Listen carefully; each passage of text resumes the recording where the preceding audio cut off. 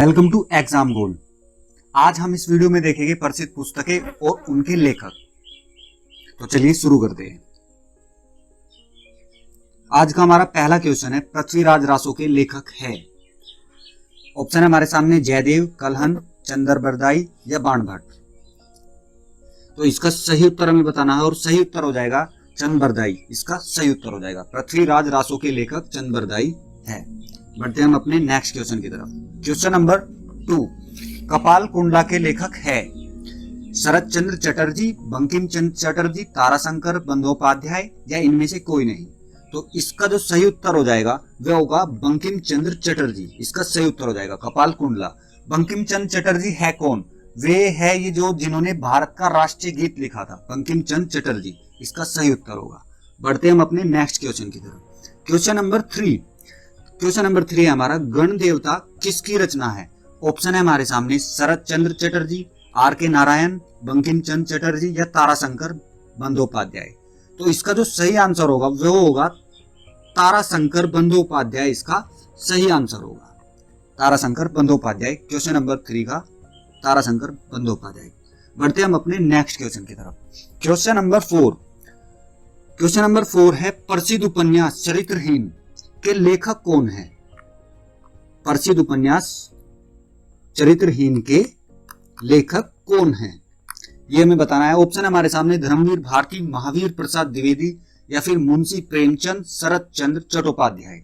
तो इसका सही उत्तर हो जाएगा ऑप्शन नंबर 4, शरत चंद्र चट्टोपाध्याय।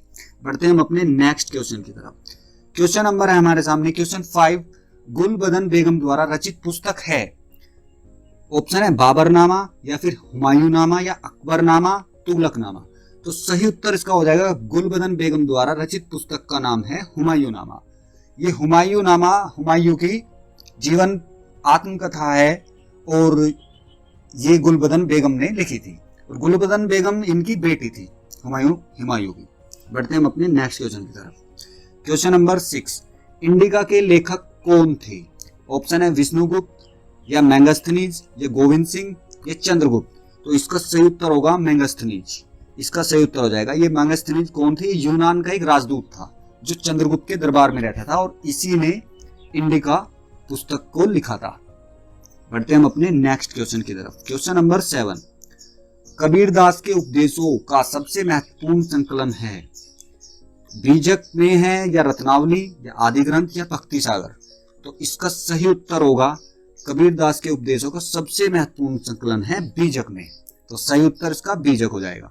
बढ़ते हम अपने नेक्स्ट क्वेश्चन की तरफ। क्वेश्चन नंबर 8, संस्कृत ग्रंथ अष्टाध्यायी का संबंध है। अष्टाध्यायी का संबंध किससे है? औषधि विज्ञान से है या फिर ज्योतिष शास्त्र से है या व्याकरण से है या राजनीति शास्त्र से है। तो इसका सही उत्तर होगा व्याकरण। अष्टाध्यायी का संबंध व्याकरण से है। ये महर्षि पाणिनि द्वारा रचित संस्कृत व्याकरण का एक प्राचीन ग्रंथ है अष्टाध्यायी और इसका संबंध व्याकरण से है। बढ़ते हम अपने नेक्स्ट क्वेश्चन की तरफ। क्वेश्चन नंबर 9 है हमारा, महाभारत महाकाव्य का मौलिक नाम है। ये तो सभी जानते हैं और नहीं जानते तो अब जान जाओगे। ये ऑप्शन में है व्रत कथा, राजतरंगिणी या जय संहिता या इनमें से कोई नहीं। तो इसका सही उत्तर हो जाएगा जय संहिता। महाभारत महाकाव्य का मौलिक नाम है। बढ़ते हैं हम अपने नेक्स्ट क्वेश्चन नंबर 10 की तरफ। बुद्ध चरित्र निम्नलिखित में से किसकी कृति है? महात्मा बुद्ध, हर्षवर्धन, अश्वघोष या नागार्जुन। तो इसका सही उत्तर होगा अश्वघोष। इसका सही उत्तर होगा बुद्ध चरित्र अश्वघोष द्वारा लिखित कृति है। इसका सही आंसर अश्वघोष। बढ़ते हम अपने नेक्स्ट क्वेश्चन की तरफ। क्वेश्चन नंबर 11 है हमारा, मृच्छकटिकम किसकी रचना है? ऑप्शन है हमारे सामने पाणिनि, शूद्रक, पतंजलि या फिर वराहमिहिर। तो इसका सही उत्तर होगा मृच्छकटिकम शूद्रक की रचना है। शूद्रक ये महाराजा शूद्रक थे और इनकी ये रचना है। मृच्छकटिकम का अर्थ होता है मिट्टी का खिलौना। तो इसका सही आंसर हो जाएगा शूद्रक। बढ़ते हम अपने नेक्स्ट क्वेश्चन की तरफ। क्वेश्चन नंबर 12, मुद्रा राक्षस किसकी रचना है? माघ, निषादत, दंडी या इनमें से कोई नहीं। तो इसका सही आंसर होगा, ये ऑप्शन में थोड़ा गलती से टाइप हो रहा है, ये विशाखदत्त है और यही इसका सही आंसर होगा। मुद्रा राक्षस विशाखदत्त की रचना है। सही आंसर इसका विशाखदत्त। बढ़ते हैं हम अपने नेक्स्ट क्वेश्चन की तरफ। क्वेश्चन नंबर 12, पंच सिद्धांतिका के लेखक कौन है? ऑप्शन है हमारे सामने दंडी या फिर माघ या विशाखदत्त या वराहमिहिर। तो इसका सही उत्तर हो जाएगा वराहमिहिर। पंच सिद्धांतिका के लेखक है वराहमिहिर। और ये पंच सिद्धांतिका में है क्या? ये पंच सिद्धांतिका में है, इसमें खगोल शास्त्र का वर्णन किया गया है और सही उत्तर होगा इसका वराहमिहिर। बढ़ते हैं हम अपने नेक्स्ट क्वेश्चन की तरफ। क्वेश्चन नंबर 14, लीलावती पुस्तक संबंधित है गणित से, वनस्पति शास्त्र से, जंतु विज्ञान या फिर अर्थशास्त्र से? तो इसका जो संबंध है वह लीलावती पुस्तक का संबंध है गणित से। सही आंसर होगा इसका गणित, क्योंकि ये भारत के गणितज्ञ जो थे भास्कर द्वितीय द्वारा ये संस्कृत में इसकी रचना की गई थी और इसका संबंध गणित और खगोल शास्त्र से है। तो ऑप्शन में हमारे गणित है, तो इसका राइट आंसर गणित। लीलावती पुस्तक का संबंध गणित से है।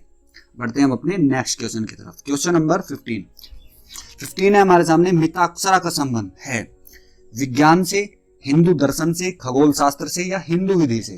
तो इसका सही आंसर होगा हिंदू विधि से मिताक्षरा का संबंध है। सही आंसर हमारा हिंदू विधि से। बढ़ते हैं हम अपने नेक्स्ट की तरफ। क्वेश्चन नंबर 17, हुमायूंनामा के लेखक कौन थे? खुद हुमायूं थे या फिर गुलबदन बेगम थी या इनायत खां या अहमदगढ़? तो इसका सही उत्तर होगा वह हो जाएगा गुलबदन बेगम। गुलबदन बेगम के द्वारा इनकी ये आत्मकथा लिखी गई थी हुमायूं की। और ये गुलबदन बेगम कौन थी? हुमायूं की ये बेटी थी गुलबदन बेगम। इन्हीं के द्वारा इनकी आत्मकथा लिखी गई थी। बढ़ते हम अपने नेक्स्ट क्वेश्चन की तरफ। Question number 18।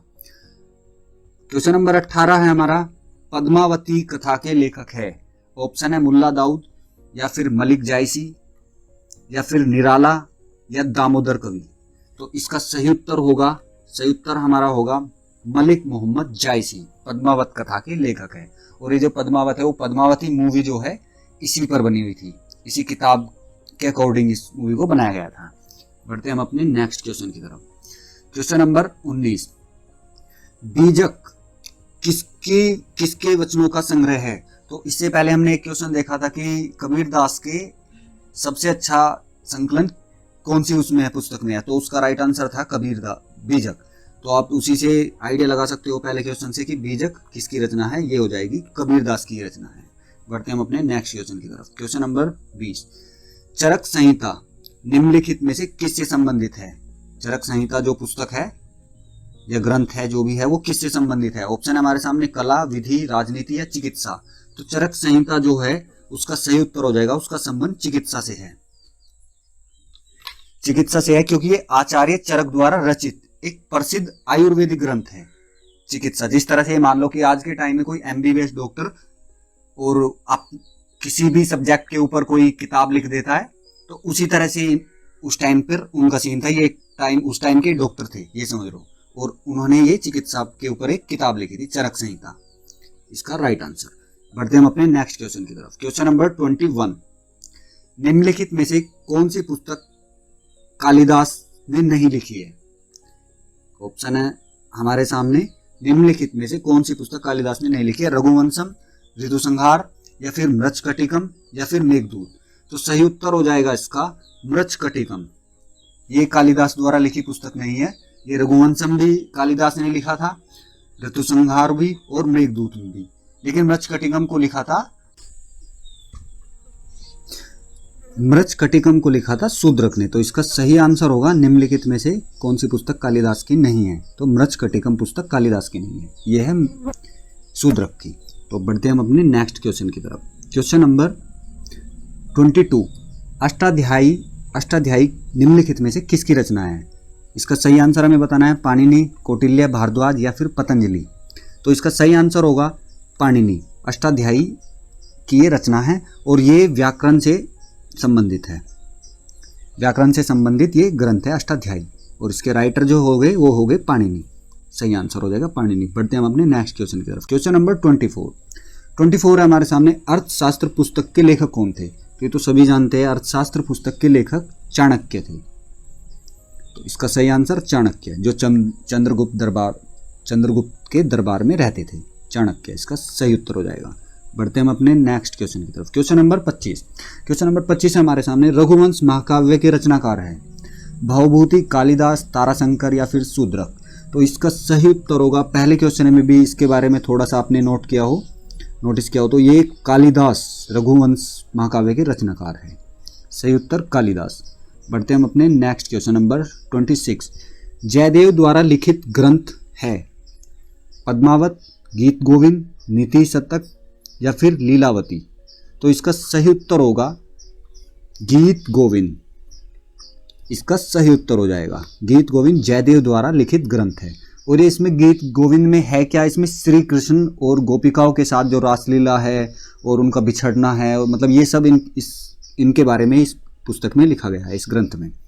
तो सही आंसर जयदेव का गीत गोविंद, जयदेव की गीत गोविंद पुस्तक या ग्रंथ। बढ़ते हम अपने नेक्स्ट क्वेश्चन की तरफ। Question number 27। नाट्यशास्त्र किसके द्वारा लिखा था? ऑप्शन है भरत मुनि या फिर नारद मुनि या झंडू मुनि या व्यास मुनि। तो सही उत्तर हो जाएगा हमारा नाट्यशास्त्र भरत मुनि के द्वारा लिखा गया था। बढ़ते हम अपने नेक्स्ट क्वेश्चन की तरफ। Question number 28। शाहनामा के लेखक कौन थे? यह हमें बताना है, शाहनामा के लेखक कौन थे। जो फिरदौसी है हमारे सामने ऑप्शन, या फिर अलबरूनी है, और तीसरा ऑप्शन है शाहजहां या फिर अकबर। तो इसका जो सही आंसर होगा, सही आंसर हो जाएगा फिरदौसी। फिरदौसी इसका सही आंसर हो जाएगा। शाहनामा के लेखक फिरदौसी थे। ये एक फारसी कवि थे और इस पुस्तक में था क्या, इसमें ईरान पर अरबी फतह से पूर्व ईरान के शासकों का चरित्र लिखा है, मतलब उनके बारे में लिखा है ईरान के शासकों का, शाहनामा में। इसके राइटर थे फिरदौसी। बढ़ते हम अपने नेक्स्ट क्वेश्चन की तरफ। हितोपदेश नामक पुस्तक के लेखक कौन है? विष्णु शर्मा या नारायण पंडित, नागार्जुन या वात्स्यायन। तो सही उत्तर हमारा होगा, इसके जो लेखक थे वे थे नारायण पंडित। और ये इसमें हितोपदेश में है क्या, इसमें मतलब कहानियां हैं, पशु पक्षियों पर आधारित कहानियां, समाज से जुड़ी हुई कहानियां, मनोरंजक कहानियां इसमें है, समाज को जो एक सही दिशा देते हैं। तो इसका सही आंसर हो जाएगा नारायण पंडित, इसके लेखक थे। बढ़ते हम अपने नेक्स्ट क्वेश्चन की तरफ। Question number 30। The God of small things किसका उपन्यास है? ऑप्शन है हमारे सामने शोभा डे, या फिर दूसरा ऑप्शन है कमला दास या अरुंधति राय या फिर इंदिरा गोस्वामी। तो इसका सही आंसर होगा हमारा अरुंधति राय, इसका सही आंसर हो जाएगा। The God of small things किसका उपन्यास है? अरुंधति राय का। इसी उपन्यास के लिए इनको मैन बुकर पुरस्कार भी मिला था। और ये जो अरुंधति राय है ये एक लेखिका है और एक समाज सेवी है। बढ़ते हम अपने नेक्स्ट क्वेश्चन पर। Question number 31। Wealth of nation के लेखक कौन थे? तो वेल्थ ऑफ नेशन के लेखक ऑप्शन में है Adam Smith, David Ricardo, VS Naipaul या जेएम कीन्स। सही उत्तर हो जाएगा हमारा एडम स्मिथ। सही उत्तर हो जाएगा हमारा एडम स्मिथ। ये अर्थशास्त्री है एक एडम स्मिथ, और ये वेल्थ ऑफ नेशन पुस्तक जो है ये भी अर्थशास्त्र के ही ऊपर है। तो सही उत्तर एडम स्मिथ। बढ़ते हम अपने नेक्स्ट क्वेश्चन की तरफ। Question number 32। Area of darkness किसकी पुस्तक है? ऑप्शन है विक्रम सेठ, मोहन सुंदर रंजन या वीएस नायपाल या केएम पन्नीकर। तो इसका सही आंसर होगा VS Naipaul. Area of Darkness पुस्तक के लेखक वीएस नायपाल हैं। बढ़ते हम अपने नेक्स्ट क्वेश्चन की तरफ। Question number 33। प्रसिद्ध पुस्तक जंगल बुक किसने लिखी थी? ये जो मोगली है ये जंगल बुक का ही कैरेक्टर है, और ये पुस्तक लिखी किसने थी? तो इसका सही आंसर होगा, वह होगा हमारा रुडयार्ड किपलिंग। ये इनके द्वारा लिखी गई पुस्तक थी, और इसी के ऊपर जो ये मूवी बनती है जंगल बुक या अलग अलग बहुत सारी मूवी कार्टून वगैरह है, ये इसी के ऊपर है। रुडयार्ड किपलिंग ने इस पुस्तक को लिखा था। बढ़ते हम अपने नेक्स्ट क्वेश्चन की तरफ। क्वेश्चन नंबर है 34। 34 है हमारे सामने, और पूछा है इसमें आईने अकबरी के लेखक है। तो आईने अकबरी के लेखक अकबर या अबुल फजल या अमीर खुसरो या शेर शाह सूरी। तो इसका सही आंसर होगा अबुल फजल। अबुल फजल ने आईन अकबरी को लिखा था और ये अकबर और उसके प्रशासन के बारे में इसने चर्चा की है इस किताब में। तो इसका सही आंसर होगा अबुल फजल। अबुल फजल जो है ये अकबर के दरबारी थे। बढ़ते हम अपने नेक्स्ट क्वेश्चन की तरफ। क्वेश्चन नंबर 35, जातक कथाएं और उसके जीवन पर आधारित है। वैदिक ऋषि या जैन तीर्थकरों के या फिर बौद्ध तीर्थकर या इनमें से कोई नहीं। तो इसका सही आंसर होगा जातक कथाएं बौद्ध तीर्थकरों से संबंधित है और उन्हीं के जीवन पर यह आधारित ग्रंथ है।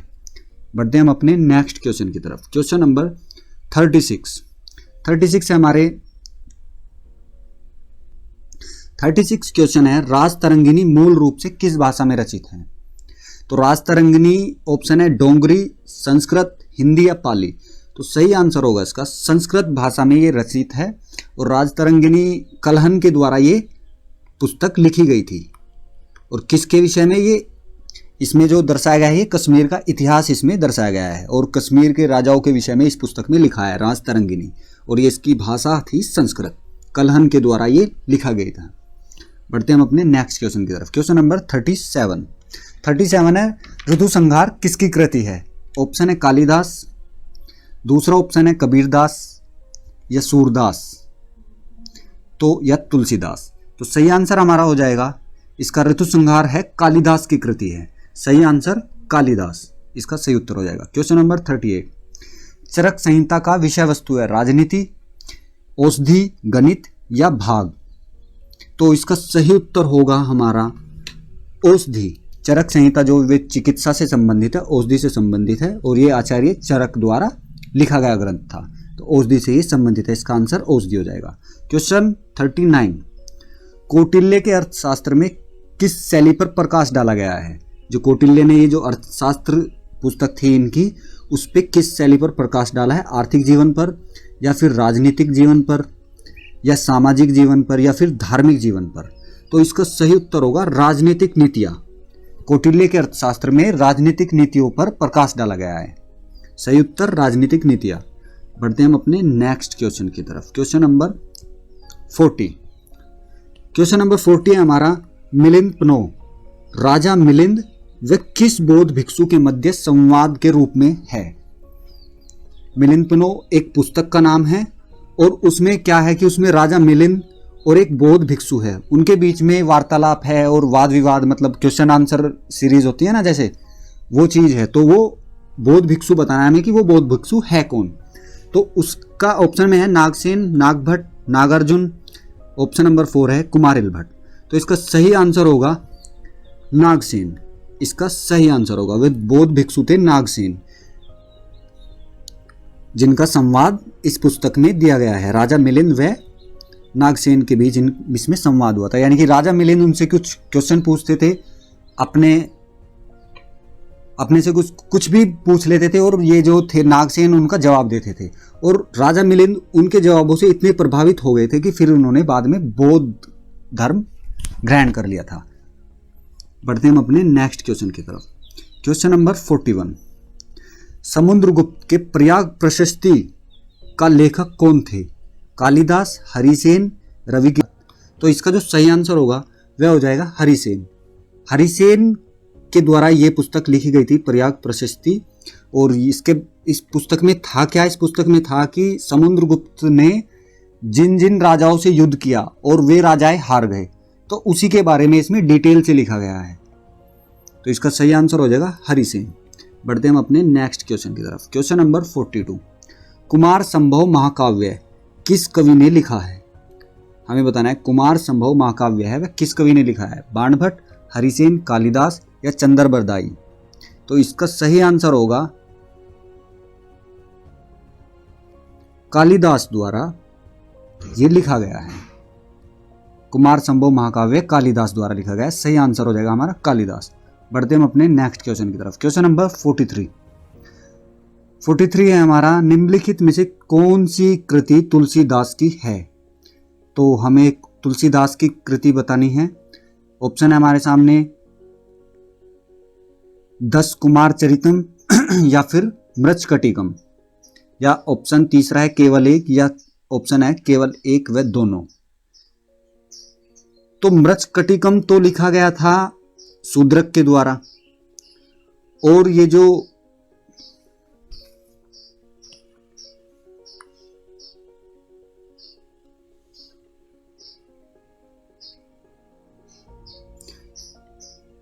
क्वेश्चन नंबर 43, निम्नलिखित में से कौन सी कृति कालिदास की है?